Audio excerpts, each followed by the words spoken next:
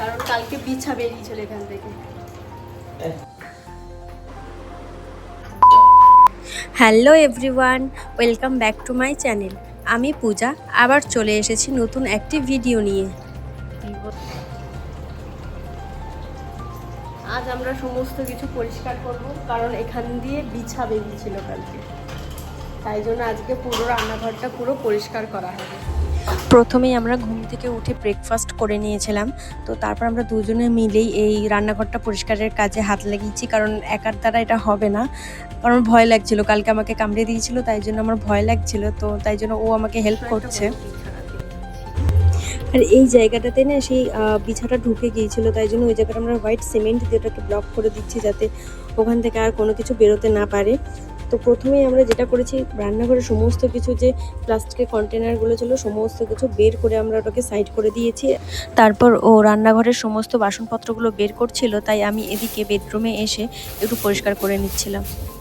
তার মধ্যেই ও বেসিনের তলায় একটা আবার বিছা দেখতে পেয়েছে, তাই আমরা ভয়ে ভয়ে ওই কাপড়টাকে বের করছিলাম। আসলে ওই কাপড়টা দিয়ে রেখেছি যাতে কোনো পোকামাকড় আরশোলা যাতে না আসতে পারে, তো ওই কাপড়টার মধ্যেই রয়েছে বিছাটা, তো তাই ভয়ে ভয়ে আমরা বের করছিলাম। কিন্তু ওটাকে অনেক নাড়াচাড়া করার পরে বিছাটাকে আর দেখতে পাইনি। মনে হচ্ছে ওই পাইপের ভেতর দিয়ে, মানে ওই যে ড্রেনটা রয়েছে ওটার মধ্যে দিয়েই চলে গেছে, তো তাই জন্য আমরা কাপড়টাকে বাইরে ফেলে এসেছি। তারপরে এই রান্নাঘরের জানালাটাও পরিষ্কার করা হচ্ছে।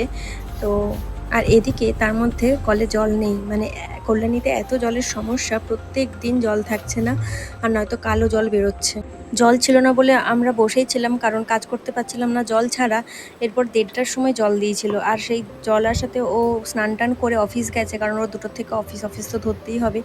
এরপরে সমস্ত কিছু আমি একাই নিজের হাতে পরিষ্কার করেছি, ঘর, বেডরুম থেকে আর পুরো ঘরটাই মানে পরিষ্কার করা হয়েছে সেই দিন, তাই জন্য আর রান্না করা হয়নি। তো ও অফিসে গিয়ে খেয়ে নেয়। এইদিকে ঘর মুছতে মুছতে আবার স্ট্যান্ডটাও ভেঙে গেছে, কি করব, তো পুরো ঘরটাই আমি এবার হাতে মুছেছি, কিছু করার নেই। সমস্ত কিছু করে উঠতে 3:30 বেজে গিয়েছিল। তো তারপর আমি স্নান করে পুজো দিলাম। পুজো দিতে দিতে তখন প্রায় 4:30। আবার এদিকে ওয়াশিং মেশিনে জামাগুলো কাচা হয়েছে, সেগুলো মেলাও হয়নি।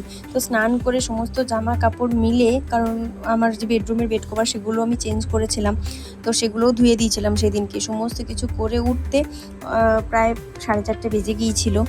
সেই সকাল 8টার সময় যা ব্রেকফাস্ট করেছিলাম, তারপর আর কিছু খাওয়া হয়নি, তো আমার খুব খিদে পেয়ে গিয়েছিল, তাই আমি ওকে ফোন করে বললাম একটা পিৎজা অর্ডার করে দিতে। আর এদিকে আমি তার মধ্যে সমস্ত কাজগুলো কমপ্লিট করে নেবো, আর বাকি যেগুলো ছিল। এর মধ্যে হঠাৎ করে দেখি কি সন্ধ্যা হয়ে গেছে। সেদিনকে না একটু মেঘলা ছিল, তাই তাড়াতাড়ি একটু সন্ধ্যা হয়ে গিয়েছে। এদিকে গল্প করতে করতে বেড কভারটাও পাতা হয়ে গেছে, আর বাকি যে সমস্ত বালিশের ওয়ার এগুলো সব পরানো হয়ে গেছে। বেড কভারগুলো ভাঁজ করে রেখে দেবো। বাকি সমস্ত কাজ হয়ে গেছে, কিন্তু এখনও পর্যন্ত পিৎজা আসেনি। তো তাই ভাবলাম একটু অফিসের কাজে বসি, ল্যাপটপটা খুলি, কারণ সারা দিন আজকে একটু ল্যাপটপ খোলার টাইম পাইনি। এই অফিসের কাজটাও তোমাকে করতে হবে, তো ততক্ষণ একটু ফোন এসেছিলো, পিৎজা চলে এসেছে, তাই আমি পিৎজা নিতে যাচ্ছি। আর হ্যাঁ, আমার ভিডিওগুলো যদি আপনাদের ভালো লেগে থাকে তাহলে একটা লাইক আর কমেন্ট করে দেবেন, আর অবশ্যই আমার পেজটাকে সাবস্ক্রাইব করে দেবেন। আর আমি এখন পিৎজা খাই, আর আপনারাও খুব ভালো থাকবেন। আবার দেখা হবে নেক্সট কোনো ভিডিওতে। বাই।